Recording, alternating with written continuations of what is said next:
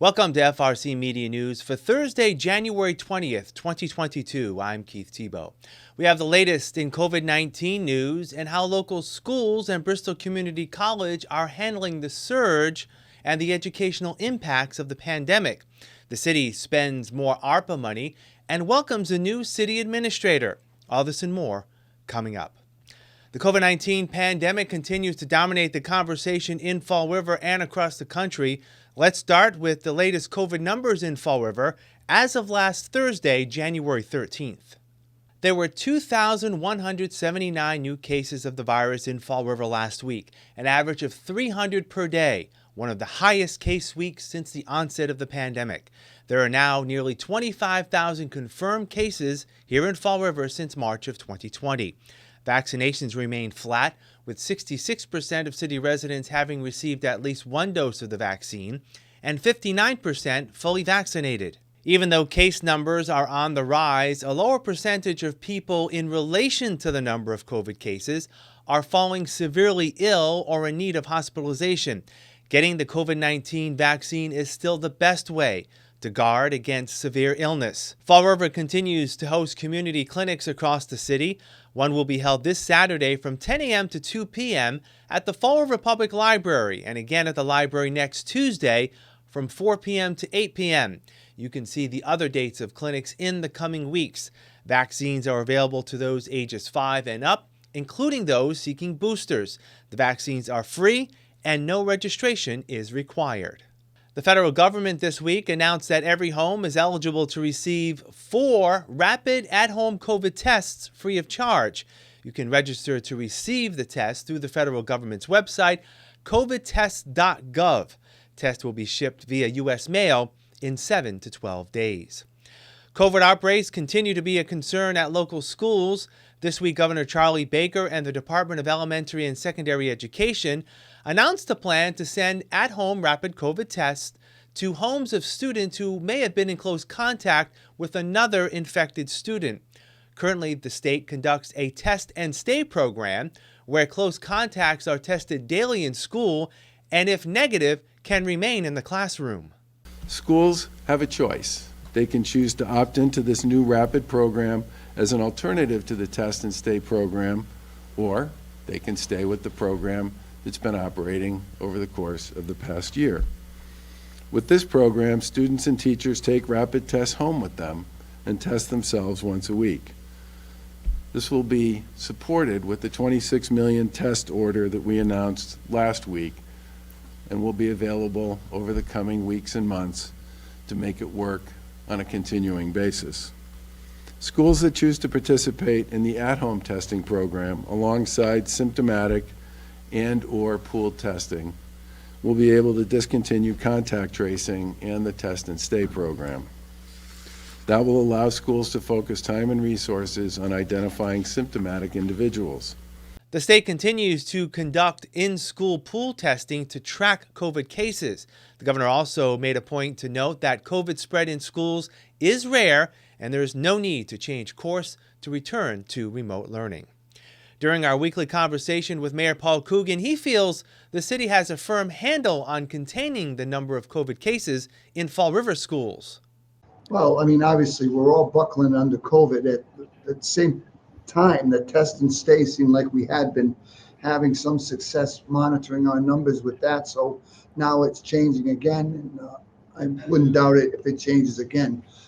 On the plus side, though, I'm hearing some good things about numbers overall starting to drift down, especially in the Northeast. So let's hope we go that way. I mean, we want the kids in school. We want the teachers in school. We want the parents to know they're safe. And whatever it takes to get that done, that would be my goal. Meanwhile, schools are still trying to play catch up from the learning loss of students who were forced to receive instruction remotely during the pandemic. Fall River School Superintendent Maria Ponce tells us even though students have been back in person since September, the learning gaps remain. Well, I think that's a fluid, ongoing process. I think it's unrealistic to think that from September to December, we would be able to close those gaps, right? And on any given year, our students come to us with some gaps, And that's a process that it takes all year for us to address them. Certainly, we have put some provisions in place, interventions where student schedules allow for them to be receiving some small group instruction. Our teachers are working hard at addressing those gaps, but to say that we've closed those gaps is unrealistic. Our kids lost out 18 months of interrupted schooling, and I think that it's unrealistic to think that that would be done in just a few months. I think it's going to take us a long time. It's an ongoing process that will take us a long time for us to get back to and bring our students back to where they should be. Ponce has now been interim superintendent for a little over 6 months, and she says she has adjusted to her new job, but misses the classroom. One of the biggest challenges that I think that has been different is not being based in a school every single day, dealing with parents on a day-to-day basis, seeing kids face-to-face every day, all day long. I think that that is a different sort of position to be in. I've always been, in the trenches with teachers and kids. So that's a shift. But certainly, I think that it's just broadens the net of the work that needs to be done. And I think it definitely has been a challenging 6 months because of everything that's happening around us. We have to make sure that not only are we dealing with, as you said, with COVID and what we're facing on a daily basis, but we also have to remember that we are in the business of teaching and learning, and we need to make sure that that is at the forefront of all that we do. Another forward of public school news, the school committee met last week and selected Paul Hart to serve as its vice chair, replacing longtime member Mark Costa, who chose not to seek re-election last year. Diamond Regional Vocational Technical High School is doing what it can to help students succeed through the pandemic. Assistant Superintendent and Principal Andrew Ribello says the school has seen a strong commitment from staff to meet the needs of students. Teachers and staff have had to miss time due to COVID. So in those respects, we have teachers teaching their workload, filling in for other teachers, in teaching their course load, as well as preparing for their own lessons. So the effects are real, and it's unfortunate, but I think Diamond has one of the best staffs in the nation as far as willingness to step up wherever it is, and understanding that student achievement and growth is number one, and they'll do whatever it takes. Doesn't make it easy, and it certainly makes it difficult, but they're willing to do whatever it takes, and they've shown that. The school is also creating special programs to identify students who are struggling. So we've implemented something called a transition counselor, a position called a transition counselor that is working with just students that were completely remote last year, right? Some families chose to keep their students completely remote. Those kids will require additional supports as they return to an environment that frankly has 1,400 kids and catching them up on any work that's needed. We've implemented one-on-one tutoring, right? Identifying those high priority areas, having checkpoints along the way to make sure that students are not falling behind. And if they are, meeting with those students, providing individualized supports, getting parents involved in that wraparound and acceleration and going forward with it. So I think that involving families, identifying kids before they bubble up and it's too late, and providing those academic and vocational supports to help accelerate their learning has been at the forefront this year. Through it all, Diamond remains committed to communicating with parents. Every week, I have a weekly preparation email that highlights, you need to get in touch with someone, this is where to do it, this is how to contact them, this is their email, this is their number, and that hasn't stopped. That's something we developed over COVID, and it will never stop, is really, really targeting families and providing supports for them to ensure that not only they're okay as a family, but their child is improving and succeeding. So it is on our radar, and parents have been great. Students have been great. Doesn't make it easy. Doesn't make the challenges not real. But we are doing whatever it takes to connect with those families, and we'll continue to do that. The surge in COVID cases is not keeping Bristol Community College from beginning its spring semester as planned this coming Monday. As students and staff return, they face a vaccination and mask mandate for all in-person and hybrid classes. Some colleges are beginning the semester in a remote learning mode. Bristol President Dr. Laura Douglas says the college is opening as planned, citing the makeup of Bristol students compared to counterparts at other institutions. If you have students at your campus and you can keep them contained and you can keep them without COVID, then that's a really great strategy. And students that are living in dormitories, they can take off their masks, they can eat, they can socialize, all of those things. Well, at Bristol Community College, we've been masked, and now that we're vaccinated, we are not taking those masks off. So it makes it much more easy for us to make sure that we are not spreading the virus. When students are on campus, they're wearing masks at all times, and then they go home. So we don't have this situation where students are hanging out in a dormitory or in a social setting. They are on campus in their masks, and we can prevent that spread. Again, we don't have a history of transmission, and we believe that all the safeguards that we have in place will be fine. Dr. Douglas says many students who are taking classes in person welcome the vaccination mandate, and the college still remains flexible in ensuring all students can be served. If students don't want to get vaccinated, they can take online classes and they can access their services virtually. So academic advising or career counseling or mental health support, all of that can be provided virtually. We actually had overwhelming support from students with this requirement, because the students who really do want to be on campus seem to be very much willing to get vaccinated to have that opportunity. We have allowed students to ask for accommodations, whether they be religious or medical, so that we can in some way try to help and support them through with their religious beliefs or with their medical needs. So we have a process for that. But we have been surprised at how few students have actually requested an accommodation. So we just feel as though students who didn't want to get vaccinated are just comfortable studying in that online space. All state community colleges, including Bristol, have seen a drop in enrollment. To that end, the college has created a Student Success Center to reach out to students who have failed to return to school since the onset of the pandemic. Over the course of the last 2 years, we've lost 3,000 students in the pandemic. And we wanted to reach out to these students, give them wraparound services, support to bring them back.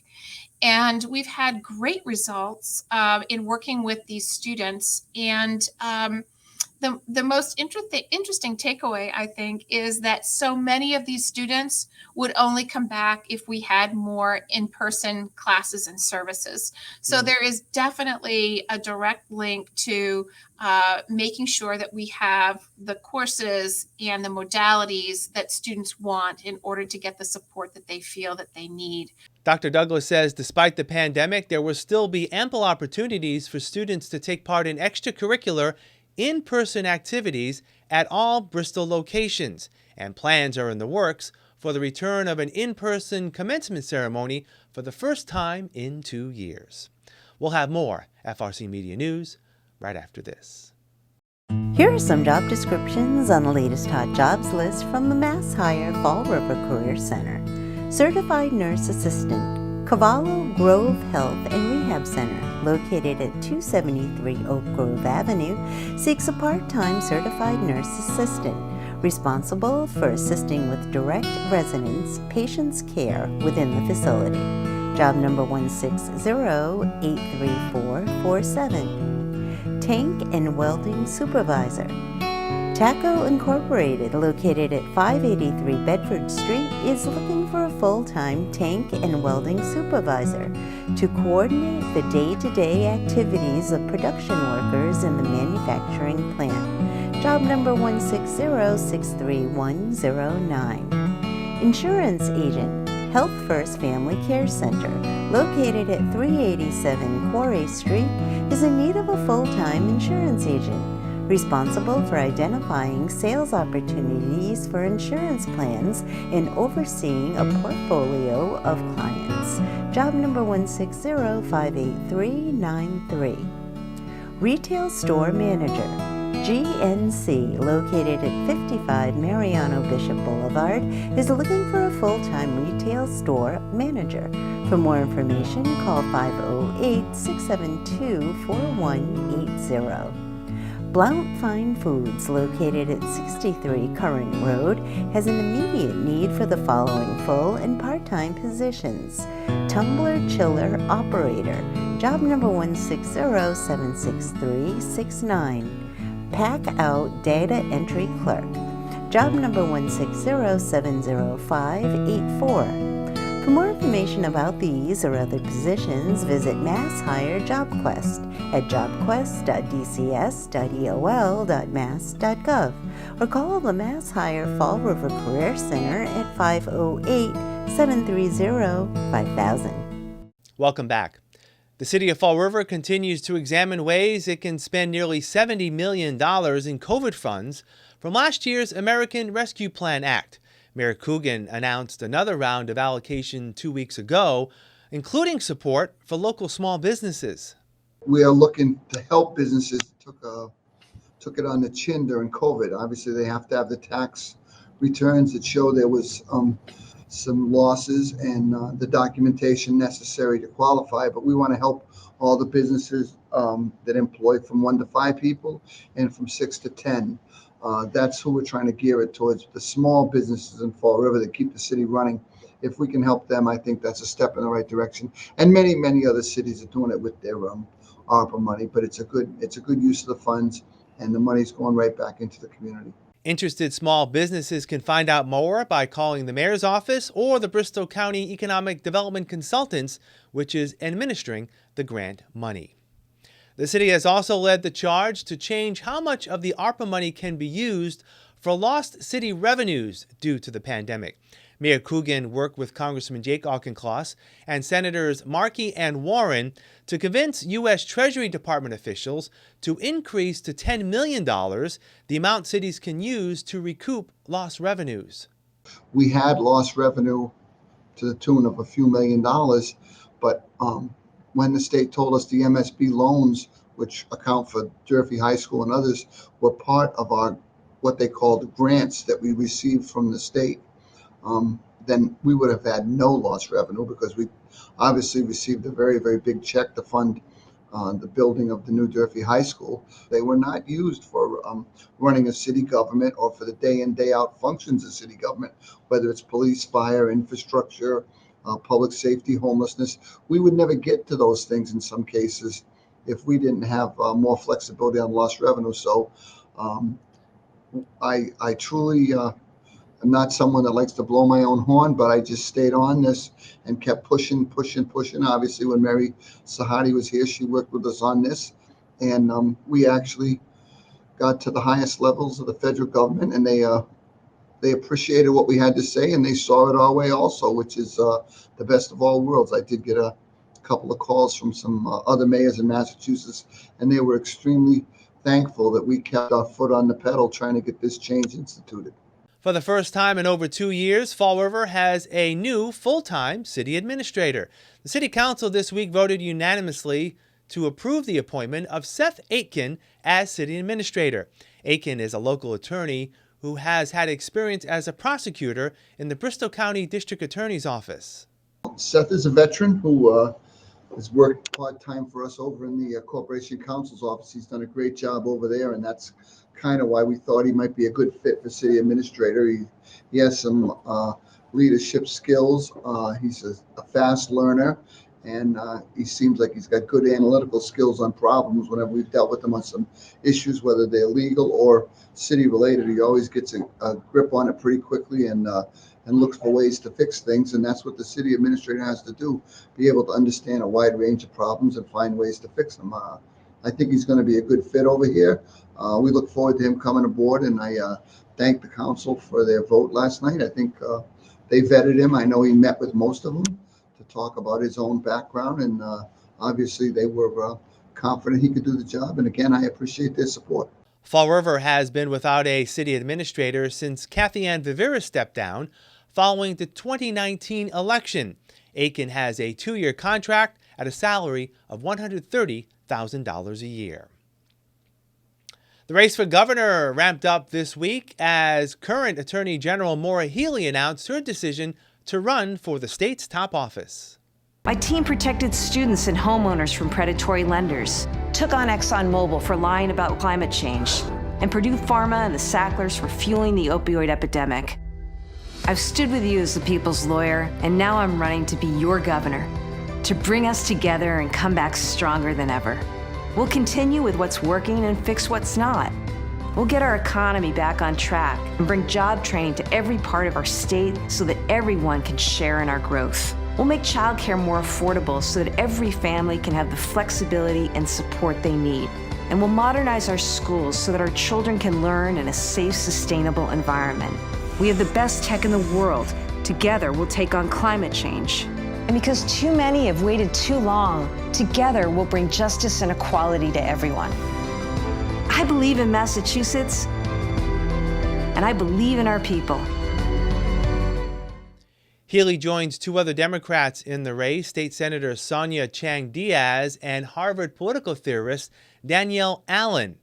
Former State Representative Jeffrey Deal is thus far the lone Republican candidate to indicate his intention to run for governor.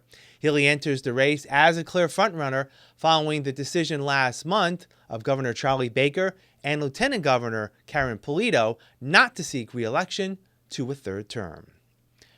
And finally, the New England Patriots have recognized the founder of a local city organization for his work in the community.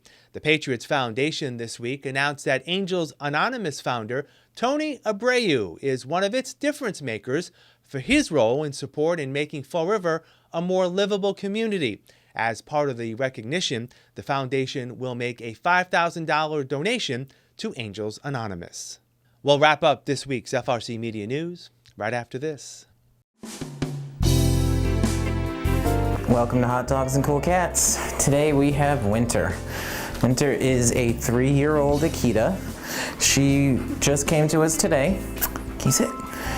She was surrendered because someone in her family developed an allergy to dogs.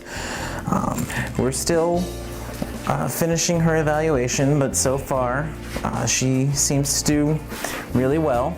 So it would be really great if we could find someone that has experience with Akitas. She does know a couple commands. If she'll do it for us, we can try. Can you sit? Winter, sit. Good girl. Shake. Good girl. Winter is going to do best in a home with active people.